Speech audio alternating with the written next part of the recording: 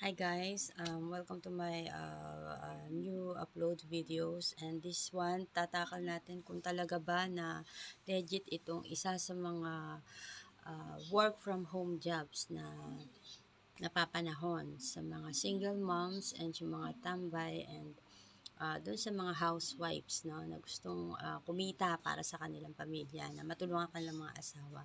So since marami tayong bayarin, tinry natin mag-apply ng mga work from home job aside sa uh, ex, uh, existing work natin, no? So, meron nagbigay sa akin ng link, um, isang kasamahan natin sa church. So, buksan natin yung message for more, uh, para patunayan na totoo lahat itong aking sinasabi. So, sabi niya, hello sis, yung ganyan ba legit kaya? Babasa tayo ng message. Check mo sis sa Bulacan job hiring, baka may makita ka na work from home. Okay, ayan yung reply ko. And then, subukan nating buksan yung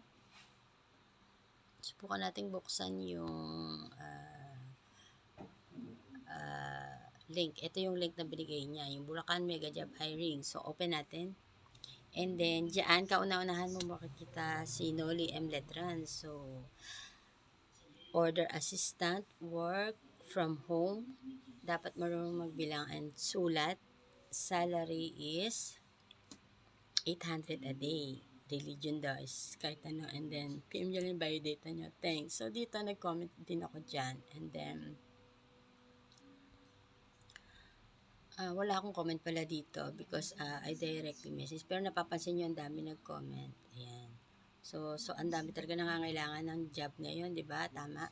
So, nag-message ako sa kanya. And then, open natin. Ayan. So, ang kailangan ay mag-send ka ng resume. So, I sent my resume. Ayan. And then, itong screenshot nung job hiring nila. And then, nag-reply siya mga ilang minutes lang. And then, ito yung sinabi niya. And then, nag-how po ako dito, syempre. Nag-reply tayo. And then, ayan yung kanyang nilalaman. The work is simple, legal, 100% earn money. Every day, are you interested? So, sabi ko, how? So, this is the requirements. Perform work responsibly. You need to have GCash account fully verified, bank, work from home, part-time jobs require 1 or 2 hours working time per day. If you meet all these requirements, we can go to the next step. If you have all these requirements, we can go to the next step. At sabi ko, okay. And then, nag-send siya ng link. Ayan yung link. So, after kong mabuksan yung link, ito yung lumabas. Ayan. So, hindi siya ma-open, right? And then, she gave me another instruction na i-log out ko daw muna. And then, binigyan niya ako ng link uli. So, same link lang. And then, nung i-open ko siya uli, yung link, ito na yung lumabas. So, dito, mag-fill out ka. Ayan. So, nung matapos ko yung fill upan, eto na yung lumabas. So, ayan. So, nakapag-fill up ako, nandito na ako. And then, pagkatapos, nag-reply siya sa akin. Sabi niya, well done. Okay, now I will teach you about earning profit money online. To be able to grab an order, you need to have funds in your account of at least 102 pesos. 102 pesos is no fee, but it's your capital that will be used to make extra income for yourself. It's not pay, just recharge in your account for make extra income. Extra income. After 15 minutes, you can withdraw all capital and commission. Siyempre, hindi na tayo nagpatumpik-tumpik pa. Ang sabi ko sa kanya, scam po to, tama? And then, our company operates in many countries around the world, and every transaction of the company will comply with all laws. So, nag-send siya ng mga ganitong proof or for legitimacy. Ayan. Sino ba nakatry nito and naka-experience ng ganito? Guys, don't make me wrong ha.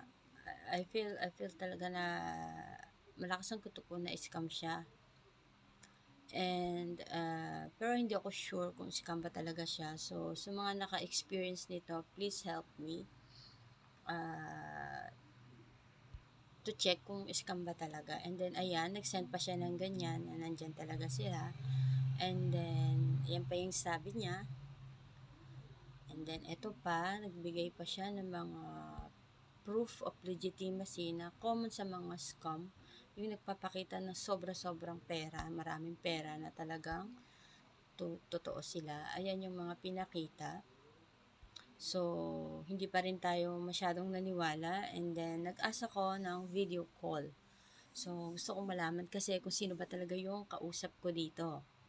And then, nag-reply siya, social media outside calls or other platform is not allowed to avoid outside transaction and for member security as well. Chat is being recorded for quality assurance. So, nag-reply tayo agad.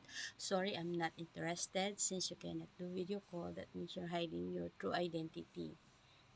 For me kasi, those who hide is legit scammer talaga, 'di ba? Kasi ayaw nila ng video call. So, 'di ba? Ano bang masama sa video call? 'Di ba? Para makilala mo ng personal yung nagtuturo sa iyo at yung kausap mo dito. So, dahil hindi siya pwede, hindi natin tinuloy kasi natatakot tayo syempre maloko. So, ayan. Ito yung kanyang account. Hindi kasi natin alam talaga bang legit siya or nagtatago lang siya dito sa account na to. But since nagre-reply siya, I think she's a Filipina din also, no? So, ayan. Marami pa rito na nakalagay ng mga job hiring. So, papahapyaw ko sa inyo yung yung pagkaka-registered ko dito. So, nawala na siya. So, tingnan natin kung ma-open pa natin yung yung link kung saan nakapasok ako. So, ayun. Hindi siya legit kasi nakapag-registered na kasi ako dito and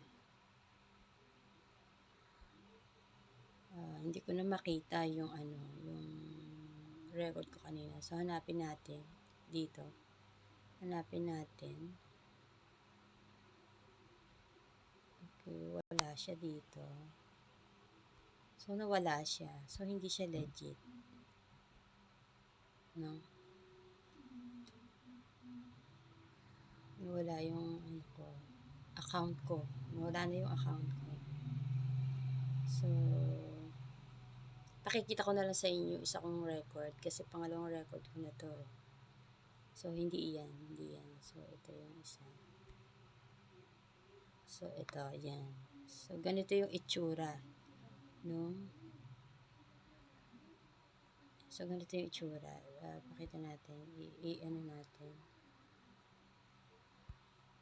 Ayan.